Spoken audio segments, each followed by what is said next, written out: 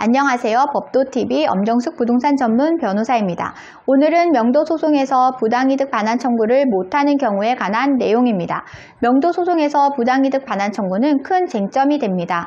아무래도 명도소송을 제기하는 사유 대부분이 세입자가 나가지도 않으면서 임대료까지 내지 않는 경우가 많아 건물주가 그 피해를 보상받으려 하기 때문입니다. 결론부터 말씀드리면 부당이득 반환 청구는 세입자의 사용 수익에 따라 결정되기에 무턱대고 절차를 진행했다간 법원에서 받아들여지지 않는 경우가 많습니다. 법률 용어가 어려운 분들을 위해 법률 용어부터 정리하고 갈게요. 명도소송이란 건물주가 세입자를 상대로 건물을 비워달라고 청구하는 소송을 말합니다. 부당이득 반환 청구란 법률상 원인 없이 타인의 재화나 노무로부터 이익을 얻는 자에게 권리자가 반환을 청구하는 소송입니다.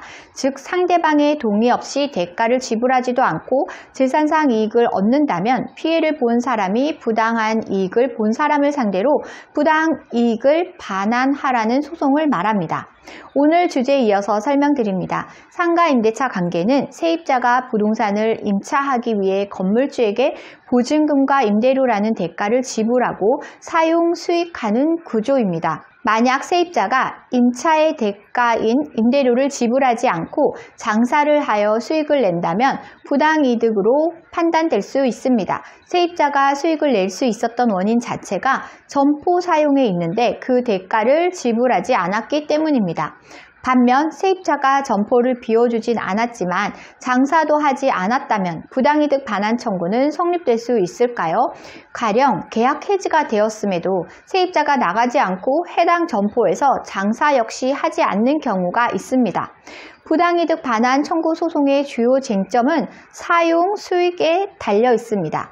계약 해지가 됐음에도 세입자가 나가지 않는 행위로 인해 사용 요소는 성립되지만 장사를 하지 않았으니 수익의 요소는 성립되지 않는 셈입니다.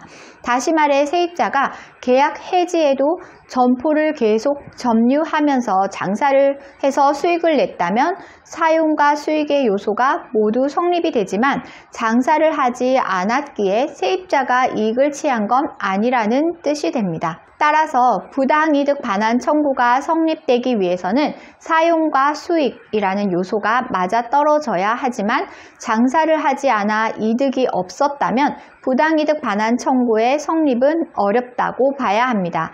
한편 장사를 하지 않았다는 이유로 부당이득 반환 청구가 받아들여지지 않는다면 건물주는 억울함을 호소할 수 있습니다.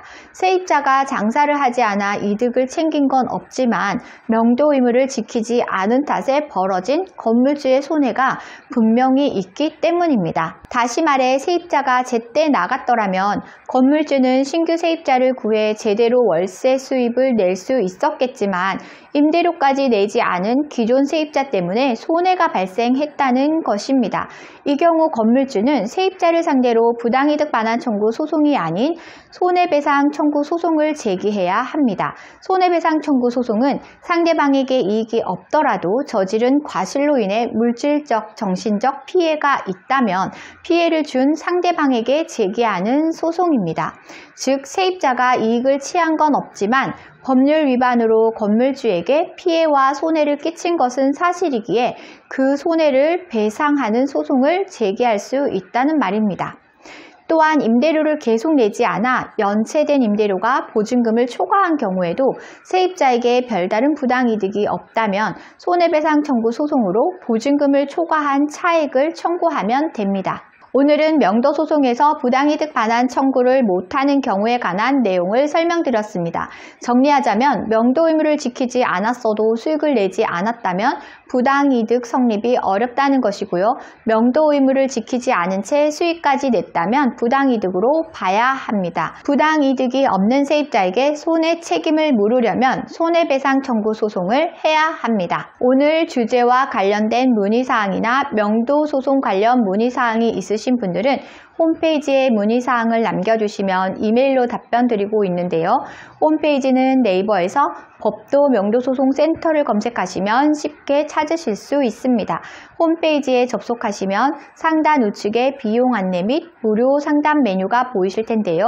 해당 메뉴에는 명도소송 비용에 대한 설명과 함께 하단부에 1:1 무료 상담 서비스를 제공하고 있습니다. 무료 상담을 원하실 때는 체크된 부분은 명확하게 정보를 입력해 주시고 본문에 궁금한 내용을 입력해 주시면 이메일 또는 유선 전화로 답변 드리겠습니다.